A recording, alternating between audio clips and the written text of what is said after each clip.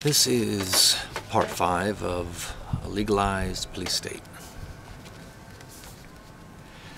As for professional politicians and how it is that lawyers are often the ones who manipulate with manipulative skills that go into politics, I shall put it bluntly, there should be no professional politicians of any background. For the professional politician, they don't have another job they can go to.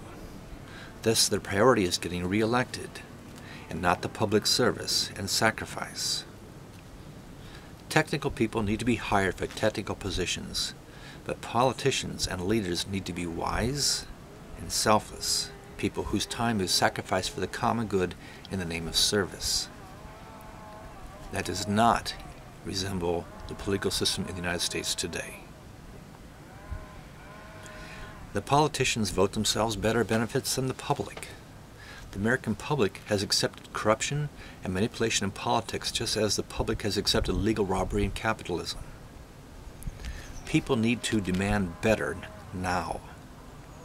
People can revoke all those politician benefits because it was supposed to be a sacrifice.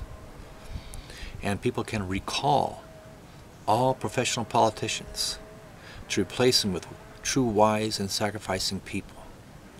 For the delay in doing this may harm more than you think.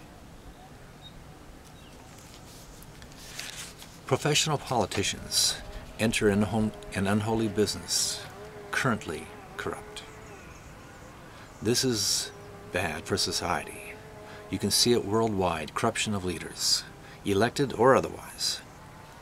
Corruption is so common that everyday people consider it normal, and that is the end of society.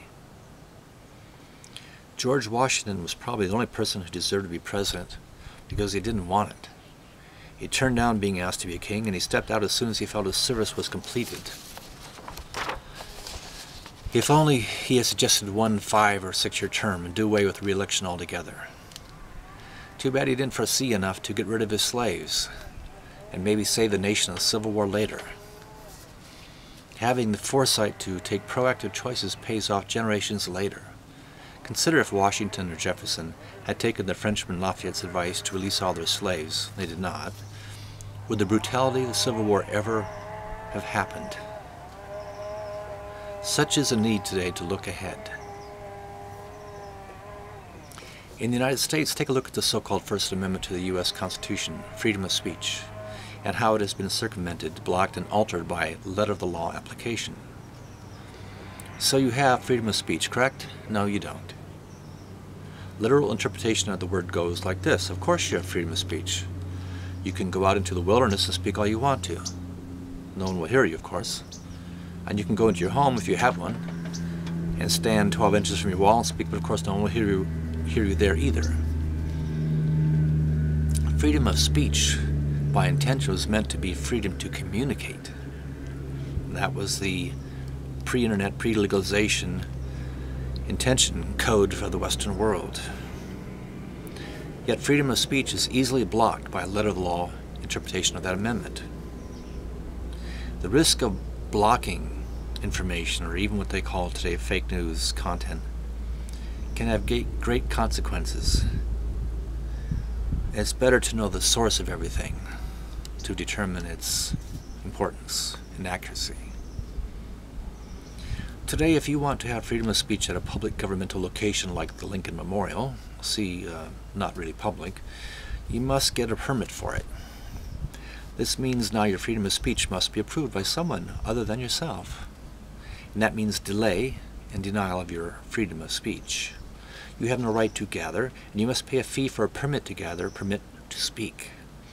And you can be denied by saying your speech is really an action, by calling it a demonstration, or loitering, or panhandling, or public danger. There are many ways to deny freedom of speech. This is all by a literal interpretation of the words written in the First Amendment, which should have been used for the intention, or as a guide, and not a letter-of-the-law statement. Now, people who want to obstruct your freedom of speech will cite the following. They'll say, hey, yelling in a theater or fire is a freedom of speech that you can't have because it could lead to harm. And yelling out someone's home at 2 a.m. in the morning is disturbing the peace. So you can't have that, and reasonable people would agree. They're common sense. But there are many ways to get around constitutional freedom of speech and gathering by looking at the words. The key is to acknowledge that when the Constitution was formed, the founding members had no idea what the future of law and police would become. The British rulers of their day had been replaced by the ruling powerful judges, attorneys, politicians, police organizations in today's world. Same oppression, same type of problem. Whereas being a police member could be one of the greatest services of a person to society, often they have not met their potential. Of course, the real purpose of writing free speech is the right to freely communicate with others in a peaceful and reasonably non-disturbing way. So important it was considered to be able to disseminate ideas, speech, written or verbal, or other. It was the First Amendment. It is totally infringed upon today by a heady intellectual, letter of the law, and power-clutching, elitist, legal, small group of people. Demand your freedom.